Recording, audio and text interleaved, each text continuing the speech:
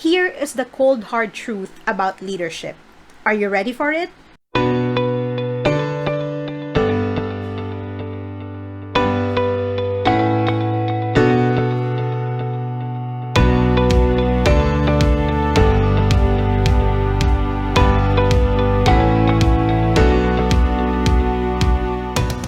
Hello fellow leaders, my name is Ada Quaresma, also known as the Queen of Real Talk, and in this video, I'm going to reveal to you the meaning of real talk. In essence, real talk is my proprietary term to refer to those moments when we need to give tough, honest feedback. And I'm going to explain why in just a moment, but before that, here is the cold hard truth about leadership. Are you ready for it? The cold hard truth is that no leader gets promoted past the point where they no longer have to give feedback. I mean, think about it. As a leader, and it doesn't matter whether you lead a team, a department, an organization, or even an entire institution, right? When you're a leader, you will encounter moments of broken commitments, missed expectations, and bad behaviors, whether that's from your staff, your peers, or even your own boss. And so, when you find yourself in those kinds of moments, I think you and I could both agree that the best thing to do is to talk to that person and to give them our honest feedback, right? Because if we don't, we will be sucked into and stuck in a deja vu of broken commitments, missed expectations, and bad behaviors. But we have a problem. You see, for many of us, when feedback matters most, that's when we're most reluctant to say it. You and I dread the thought of giving honest feedback because we usually associate those moments with painful and negative consequences. Kasi ang paniniwala natin, the truth hurts, right? And that's why I came up with a term for those honest feedback moments, and I call them your real talk. And honestly, I think the term is just appropriate because whenever I ask people what they think of when they hear real talk, they would usually say things like, it means an honest conversation, right? No BS, no holds barred. They just want authenticity and sincerity from the other person, right? In other words, let's just be real. Magpakatotoo ka. And the reason I call these honest feedback moments a real talk is because there are 4 big reasons why giving honest feedback is a struggle for most leaders, or for anyone for that matter. And those 4 reasons can be summed up in the word real. So R.E.A.L stands for those 4 reasons why giving honest feedback is a struggle. So let's go through each of them. So the first reason why people struggle to give honest feedback is because of letter R, and R stands for raw.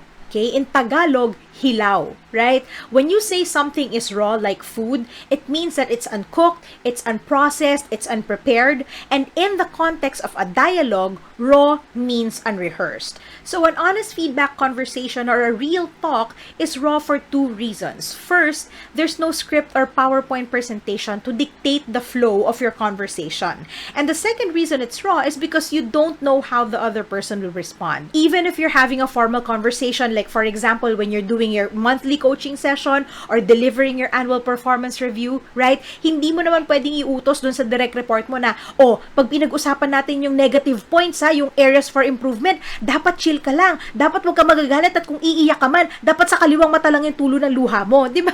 Hindi ka direktor at hindi to teleserye, right?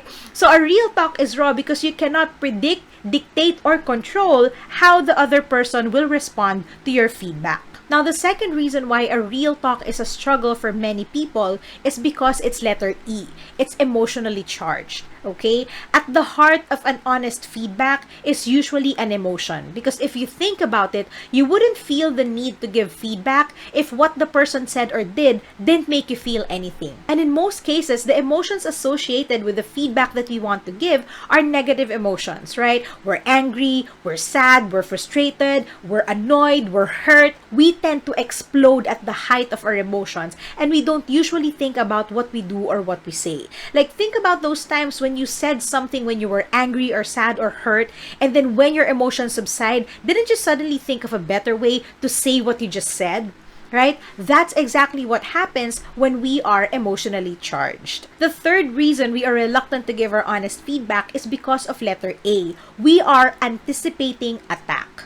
Because when we have tough, honest feedback to give, we usually predict that the other person is going to be defensive. In fact, that is the biggest reason we are reluctant to give our feedback in the first place. Kasi iniisip natin, baka umiyak, baka magalit, baka magbasag ng gamit, baka manapak. Diba? And the truth is, we could be right. The problem is when we anticipate attack, we bring ammo into our feedback conversations. May dala tayong bala, right?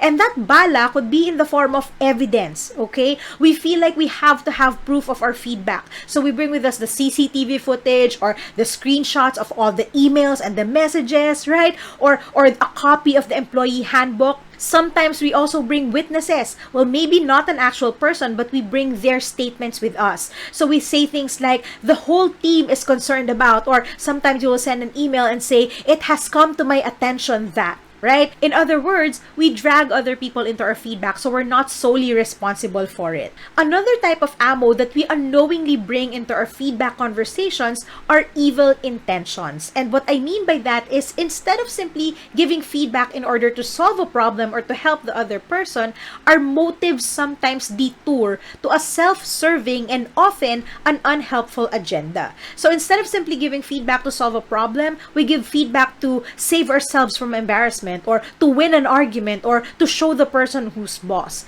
And one of the worst evil intentions that we unknowingly bring into our feedback conversations is to hurt the person's feelings just so they know that they've also hurt us.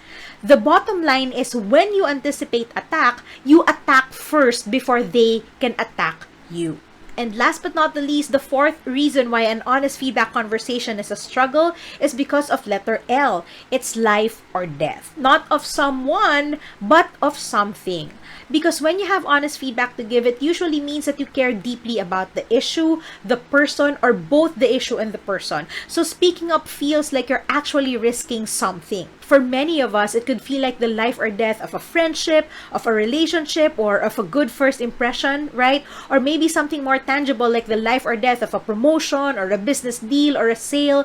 We feel that these things are actually at stake for us. And it's especially true because in most cases, the people that we need to give honest feedback to are a huge part of our lives, right? Mahal natin sila, mahalaga sila sa atin, we live with them, we work with them, we eat with them, we sleep with them, we deal with them on a daily basis, right? So the idea of saying what we truly think and feel makes us think of consequences of loss, of shame, and of sacrifice. And that's why the issue or the feedback feels like life or death. So that is the meaning of real talk, and this is what I call the anatomy of a tough, honest feedback. And the reality is, each and every one of us has a real talk in our lives, right? Whether it's in our personal or professional relationships, whether it's your spouse, your parent, your child, your friend, your boss, your colleague, or a customer, we can't deny that there are conversations that we need to have, but we are not having, or we're not having well. And that's exactly why I make these kinds of videos, so that I can help you with your struggles and your challenges